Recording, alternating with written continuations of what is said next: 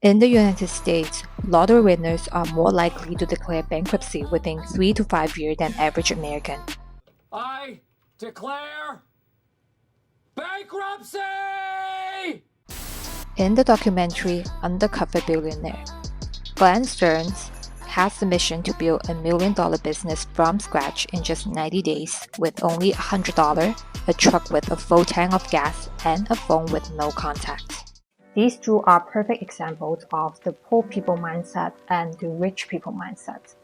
There are a lot of content over the internet about this topic, and I don't think there is one precise definition of the rich people mindset. Over the years, I have read many books on the topic of money and finance and watched many documentaries and interviews of entrepreneurs.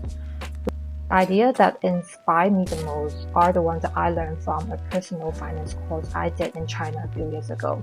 It says, people with the rich mindsets are the ones that are able to build and accumulate wealth again and again, even if they lose everything.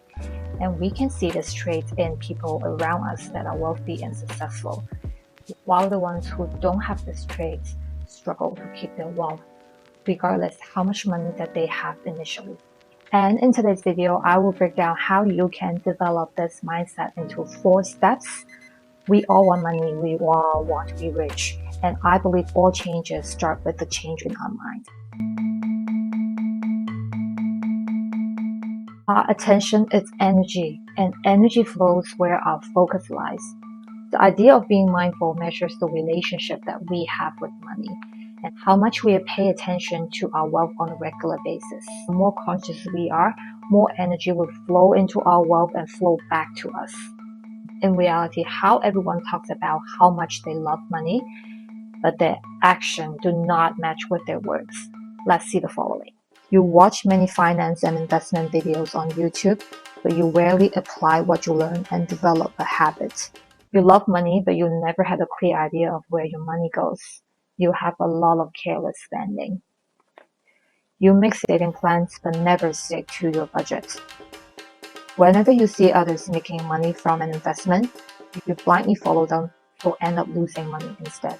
You don't pay attention to the risks that you have that may potentially cause you substantial losses. These behaviors reflect our attitude towards money subconsciously. The more unconscious that we are with our behavior, the further we push wealth away from us. So the very first step in develop this rich mindset is being mindful with our attitude and behavior and to have a healthy relationship with money. The abundance mindset is when you believe there is always enough wealth, so you have this positive outlook on money. So you will see money as a means instead of an end, meaning money only exists to exchange resources that you need to achieve your goals instead of possessing money itself. The scarcity mindset, on the other hand, is the fear that there isn't always enough money and we will focus too much on what we lack. It becomes the top priority when it comes to decision-making process and making us overlook the underlying purpose that are truly important to us. I will share my experience with you how I got trapped in the scarcity mindset. Before I started this YouTube channel, I have been looking up how other YouTubers start their channel, and I found this course by a very seasoned YouTuber, and he has this part-time YouTube academy which costs about less than $2,000. I have been contemplating if I should do it or not because of the price of the course. But looking back, what I should really be thinking is, how is this course going to help me with the success of my YouTube channel? Can I learn from other people's mistakes? And can I learn how I can get resources that will help with my YouTube channel? And maybe that will help me to grow my channel faster and keep everything on track faster. And these are really the aspects that I should be focused on instead of holding on to the money which I can completely afford. After adopting this abundance mindset, I will have this positive belief that there will always be enough wealth and resources. So when it comes to decision making, having money itself is not the end purpose because money itself doesn't have any value. Its value only exists when it facilitates personal growth, gives us meaningful experience, and help us achieve a fulfilling life that we want. There is this quote I really like from the documentary Get Smart with Money. It says, If you're constantly afraid of your money, this is going to negatively affect the way you navigate with money. If you are someone who has this awesome money mindset of abundance and growth, then this is going to affect the way your money shows up in your life. Your money will never do better than what your mindset will allow. Number 3, delay gratification. It's a way of thinking that prioritizes long-term success over short-term gains and immediate gratification. Indeed, this is very difficult because our brains are programmed to seek immediate gratification rather than delay satisfaction. This is because our brain has evolved in a way to have short-term reward for survival purpose. The famous Stanford marshmallow experiment was a psychological study that investigated children's abilities to delay gratification. Children could choose between eating 1 marshmallow immediately or wait to receive 2 marshmallows in 15 minutes. The study followed these children and found that those who could delay gratification had better long-term life outcomes. Investment itself will be a great example. Research has shown that investors who focus on long-term gains on average have a higher return than those who focus on short-term performance. Warren Buffett is a great example. If we look at his net worth, most of his wealth is accumulated at the later time of his life.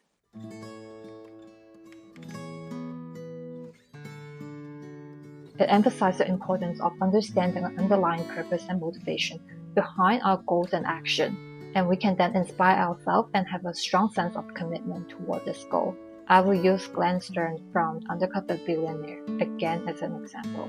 As an entrepreneur, his goal was to create $1 million company within 3 months to show that the American dream still exists. After setting this goal, he focused on the idea of looking at the world, not the walls. Looking at the wall means you only focus on obstacles and limitations. Building $1 million business from scratch in just 3 months, it's like a mission impossible for most of us. Sometimes because our goal is too difficult and we give us the reason and excuse not to do it, whereas looking at the road means we will be focusing on finding the right strategies and methods that will solve the problems we have on the way.